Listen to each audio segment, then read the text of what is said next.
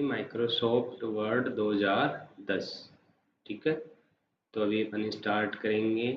Start में जाने के बाद में आप यहाँ से माइक्रोसॉफ्ट वर्ड या माइक्रोसॉफ्ट ऑफिस के नाम से आपको एक एप्लीकेशन दिखाई देगा। माइक्रोसॉफ्ट ऑफिस में जाएंगे और यहाँ से अपन माइक्रोसॉफ्ट वर्ड 2010 इसको ओपन करेंगे। देखो आपकी स्क्रीन पे इस प्रकार से माइक्रोसॉफ्ट वर्ड 2010 ओपन होगा। ठीक है स्टूडेंट्स, ये आपके सामने माइक्रोसॉफ्ट ऑफिस 2010 ओपन हो गया है। ये जो ऊपर आपको दिखाई दे रहा है ये एक रिबन टैब होता है। ठीक है स्टूडेंट, जैसे होम टैब रिबन है, इंसर्ट रिबन टैब है, पेज आउट रिबन है, रेफरेंस है, मेलिंग्स है, रिव्यू है, व्यू है, ये सब मेन्यूज आपको पढ़ाई जाएंगी। आज अपन सबसे पहले बात करते हैं होम टैब रिबन। तो होम टैब रिबन में भी देखो अलग अलग ग्रुप बने हुए हैं, जैसे क्लिपबोर्ड है, फॉन्ट है, पैराग्राफ है, स्टाइल्स है और एडिटिंग है। तो ये अलग अलग ग्रुप में ये जो रिबन टैब है वो बटी हुई है। तो आज अपन सबसे पहले होम टैब रिबन पढ़ रहे हैं, जिसमें पहला ग्रुप है क्लिपबोर्ड। अब अपन इसमें कुछ टेक्स्ट टाइप कर लेते हैं। जैसे मैंने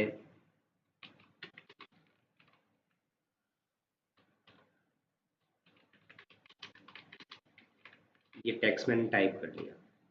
अब आप चाहते हो कि ये जो सेंटेंस है इस सेंटेंस की ऐसी बहुत सी कॉपियां बना लो। तो उसके लिए आप क्या करोगे, यहाँ से इसको सिलेक्ट करोगे और यहाँ से जाएंगे कॉपी कमांड।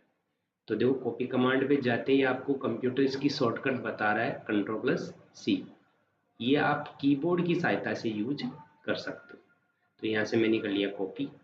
अब आपको ये है जो लाइन है इसके आगे पेस्ट करना है या फिर नीचे पेस्ट करना है। अगर आपको नीचे पेस्ट करना है तो आप क्या करोगे, यहाँ से एंटर दोगे और आपका कर्सर नीचे आ जाएगा।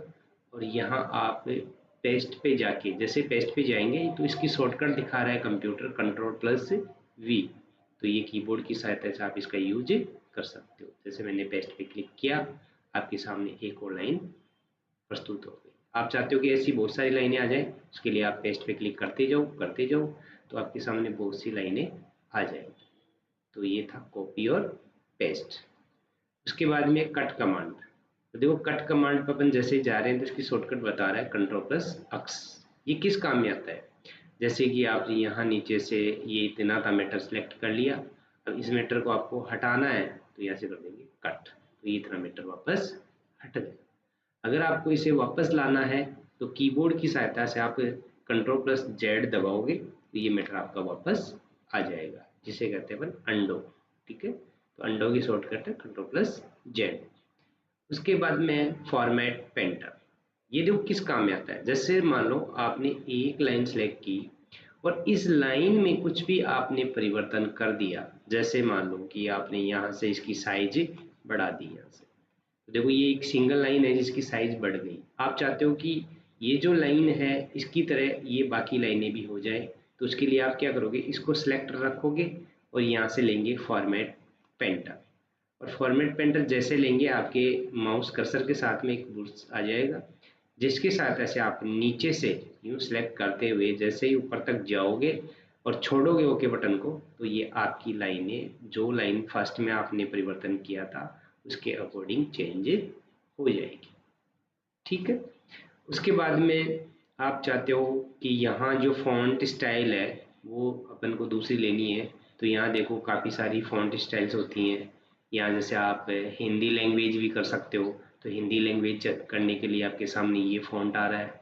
उसके बाद में देखो अलग फॉन्ट स्टाइल है, ये अलग फॉन्ट स्टाइल है। हिंदी में भी बहुत सी फॉन्ट स्टाइल्स हैं, तो यहाँ से आप हिंदी, इंग्लिश या अलग अलग प्रकार की फॉन्ट स्टाइल अगर आप लेना चाहो तो आप यहाँ से ले सकते हो।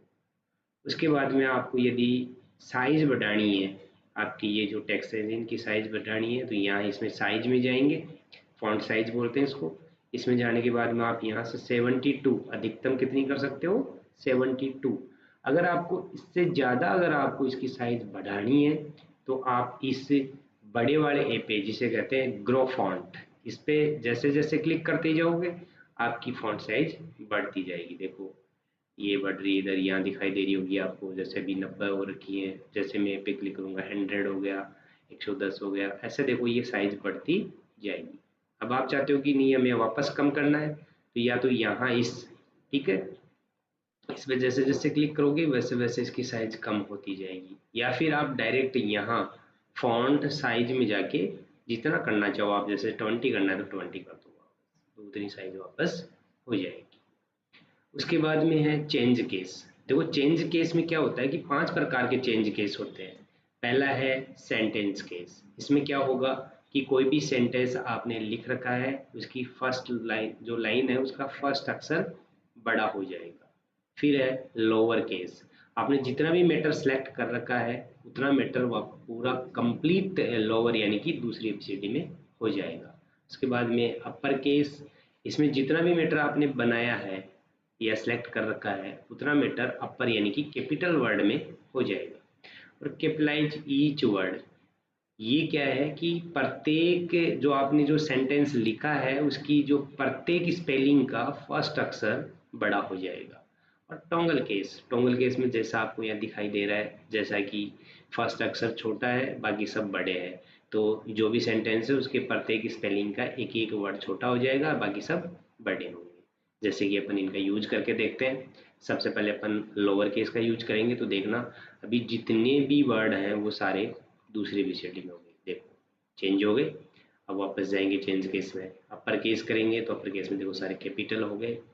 उसके बाद में चेंज केस में जाएंगे तो कैपिटलाइज ईच वर्ड, तो इसमें देखना प्रत्येक स्पेलिंग का एक एक अक्षर बड़ा हो गया। जैसे माई एम, जैसे इज में मैंने आई छोटा लिखा था, लेकिन किसका यूज है इसमें, कैपिटलाइज ईच वर्ड, तो इसमें इज में आई भी बड़ा हो गया।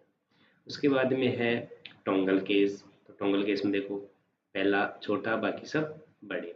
और उसके बाद में सेंटेंस केस, जिसमें देखो ओनली फॉर, ये जो आपका एक सेंटेंस है इसमें सिर्फ एम बड़ा है, तो ये होता है चेंज केस। उसके बाद में क्लियर फॉर्मेटिंग, ये किस काम में आती है, जैसे आपने ये जो मैटर लिखा है इस मैटर में जो कुछ भी परिवर्तन किया है वो सारा परिवर्तन एक साथ हटाना है और उस एंगल पे पहुंचना है जिस एंगल पे आपने सबसे पहले टाइप किया था। जैसे कि मान लो मैंने यहाँ से फॉन्ट भी चेंज कर दिया, अब फॉन्ट जैसे भी चेंज नहीं हुआ, तो जैसे मान लो ये फॉन्ट चेंज कर दिया और जो साइज थी वो भी चेंज है। तो अपन ने जब माइक्रोसॉफ्ट वर्ड ओपन किया उस समय कौन सा फॉन्ट था, कितनी साइज थी, उस एंगल पे पहुंचना है। तो क्लियर फॉर्मेटिंग पे जैसे क्लिक करेंगे देखना ये साइज थी और ये एक कैलिबरी बॉडी जो आपका फॉन्ट था और ये 11 साइज थी, तो उस एंगल पे वापस पहुंच जाओगे। उसके बाद में वापस जैसे मान लो आपने साइज बढ़ा ली यहाँ से, ठीक है। उसके बाद में होता है बी, यानी अक्सर ब्लैक और मोटा हो जाता है और इसकी शॉर्टकट आ रही है Ctrl+B, ठीक है। जैसे इस पर क्लिक करेंगे देखो अक्सर थोड़ा ब्लैक और मोटा हो गया। फिर आई इटालिक, ये Ctrl+I, यानी कि जिस भी फंक्शन पे अपन जा रहे हैं उसकी नीचे शॉर्टकट कंप्यूटर बता रहा है। तो जैसे इस पे गए आई पे तो देखना जैसे इस पे क्लिक करेंगे तो अक्सर थोड़े इटालिक हो जाएंगे, तो देखो ये देखो इटालिक हो गए। उसके बाद होता है यू अंडरलाइन, अगर आपको इसके नीचे अंडरलाइन करनी है तो इस पे जैसे क्लिक करेंगे इसके नीचे अंडरलाइन आ जाएगी। अब आप चाहते हो कि अंडरलाइन मेरे को यहाँ जैसे डबल अंडरलाइन करनी है या डॉट अंडरलाइन करनी है, अंडरलाइन का कलर करना है, ये सब चेंज करने हैं, तो यहाँ सूची में जाएंगे या पास में जो है इसको सूची बोलते हैं, इस वजह से क्लिक करेंगे डबल अंडरलाइन है, ब्लैक अंडरलाइन है, डॉट अंडरलाइन है, तो ये काफ़ी सारी अंडरलाइंस है, आप चेंज कर सकते हो यहाँ से। अगर आपको अंडरलाइन का कलर चेंज करना तो अंडरलाइन कलर में जाएंगे और यहाँ से जो भी अंडरलाइन का कलर करना चाहोगे, जैसे मान लो मैंने रेड कर दिया तो देखो टेक्स्ट के नीचे जो भी अंडरलाइन है वो रेड में आ गई, ठीक है। अब ये जो भी इफेक्ट आपने डाले वो सारे हटाने, तो Ctrl+A से वापस इसको सिलेक्ट करेंगे और ऐसे जैसे बोल्ड का इफेक्ट वो उठा दिया, इटालिक का इफेक्ट वो उठा दिया, आपने अंडरलाइन का इफेक्ट हटा दिया, तो ये सारे इफेक्ट जो अपन ने डाले थे यहाँ उससे सारे हट गए। उसके बाद में स्ट्राइक थ्रो, इससे क्या होगा कि ये बीचों बीच लाइन को काटती हुई जाएगी। जैसे आपने यहाँ से क्लिक किया तो ये टेक्स्ट एज को बीचों बीच काटती हुई जा रही है, ये होता है स्ट्राइक थ्रो। इसको बंद कर देंगे वापस बंद हो जाएगा। उसके बाद में है जैसे मान लो मैंने लिखा CO2, ठीक है, O2, फिर लिखा x² - z² + y²। देखो ये इस प्रकार से नहीं होते हैं, जैसे CO2 में है 2 नीचे होता है, तो इसको नीचे करना है तो यहाँ से इसको सिलेक्ट करेंगे और यहाँ जाएंगे सबस्क्रिप्ट। ये जो सबस्क्रिप्ट कमांड है इसका यूज करेंगे तो CO2 में 2 नीचे आ जाएगा। O2 में जैसे 2 नीचे ले जाना है तो वही सबस्क्रिप्ट। ठीक है। उसके बाद में ये जो एक्स स्क्वायर है इसमें 2 ऊपर होता है, तो ऊपर लेके जाना है इसको, तो 2 को सिलेक्ट करेंगे और यहाँ से कर देंगे सुपरस्क्रिप्ट। ये जो कमांड दिख रहा है आपको जहाँ मैंने माउस लेके गया है इस पर जैसे क्लिक करेंगे, देखो एक्स स्क्वायर हो गया। जेड स्क्वायर करना है तो जेड स्क्वायर हो गया, वाई स्क्वायर करना है तो वाई स्क्वायर हो गया। तो ये इस प्रकार से आप ये सबस्क्रिप्ट है सुपरस्क्रिप्ट का यूज कर सकते हैं। ठीक है स्टूडेंट्स। उसके बाद में है जैसे आपको यहाँ टेक्स्ट दिखाई दे रहा है, इसको ये टैक्स इफेक्ट्स होता है इसमें, यानी कि जैसे आपको टैक्स लेने हैं, जैसे मान लो आपको ये टैक्स लेना है तो ये जैसा आपको दिखाई दे रहा है वैसे लिखे जाएंगे। इसकी साइज आप बढ़ा लो, देखो जैसे साइज बढ़ाओगे उसके बाद दिखाई देगा। ये दिख रहा है, ये आपने जैसे यहाँ से चेंज किया, जैसे मान लो मैंने ये लिया तो ये इसकी तरह लिखा जाएगा। ठीक है। तो अलग अलग प्रकार के फॉन्ट इफेक्ट्स हैं जो आप यहाँ से लेके आप लिख सकते हो। उसके बाद में ये हाइलाइटर है, इसकी सहायता से आप क्या कर सकते हो, जैसे किसी भी लाइन या किसी टेक्स्ट को हाईलाइट कर सकते हो। जैसे मान लो आपने ये हाईलाइट में ये कलर ले लिया, अब आप यहाँ से जैसे मान लो इस पूरे सेंटेंस को हाईलाइट करना चाहते हो, ये पूरा सेंटेंस हाईलाइट हो जाएगा। आप चाहते हो कि दूसरे कलर में हाईलाइट करना है तो आप यहाँ से रेड कलर ले लिया आपने, तो यहाँ कर ऐसे जैसे सेलेक्ट करोगे यहाँ से ये रेड कलर में हाईलाइट हो जाएगा। तो ये हाईलाइटर होता है। ठीक है।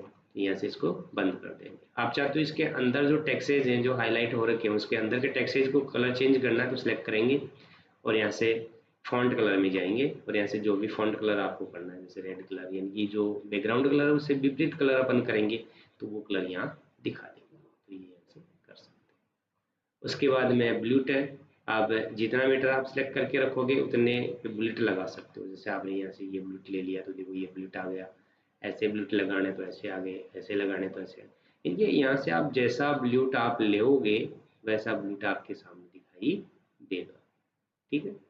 उसके बाद में आप चाहते हो कि नंबर लगाने हैं तो यहाँ जैसे 1 2 है, कोष्टक एक साइड कोष्टक है, 1 2 है, फर्स्ट सेकंड है, ABC है। तो यहाँ से जो भी आप लगाना चाहो वो आप यहाँ से लगा सकते हो। जैसे मान लो मैंने ये लगाना है तो ये यहाँ लग गया। ठीक है। बंद करना है, वापस यहाँ से क्लिक कर दो, वापस बंद हो जाए। उसके बाद में इसमें भी लाइन नंबर ही है, लेकिन इसमें क्या होता है कि दिखाई नहीं देता है। आप जब जिस भी एक पे क्लिक करोगे, जैसे आपने यहाँ इस पे क्लिक कर दिया तो ये ऐसे नंबर दिखाई देगा। ठीक है। ये नंबर लगा।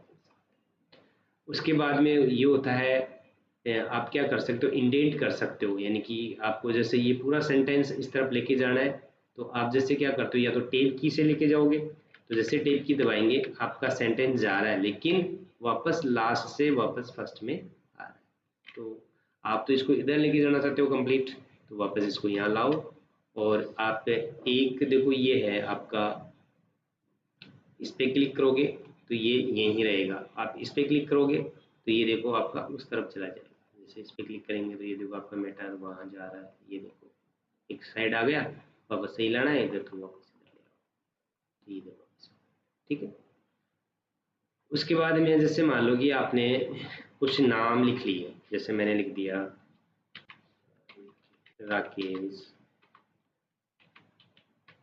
मुकेश, महेश, अशोक।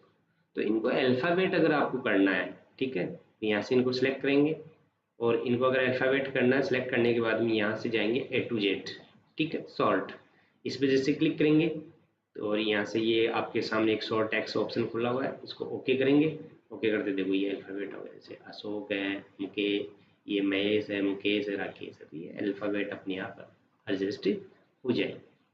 उसके बाद में आप इस सिंबल की सहायता से जितने भी आपने सेंटेंस लिख रखे हैं उन पे आप सिंबल लगा सकते हो। लास्ट में ये देखो सिंबल शो हो रहा है, ये सिंबल लगा सकते हो। उसके बाद में देखो स्टूडेंट्स, ये है पैराग्राफ अलाइनमेंट्स होते हैं। अभी आप जैसे इधर से, ये कौन सी साइड है, जैसे आप बैठे हो तो आपका जो राइट होगा वो साइड कंप्यूटर का लेफ्ट होगा और जो आपका लेफ्ट होगा वो कंप्यूटर का राइट होगा।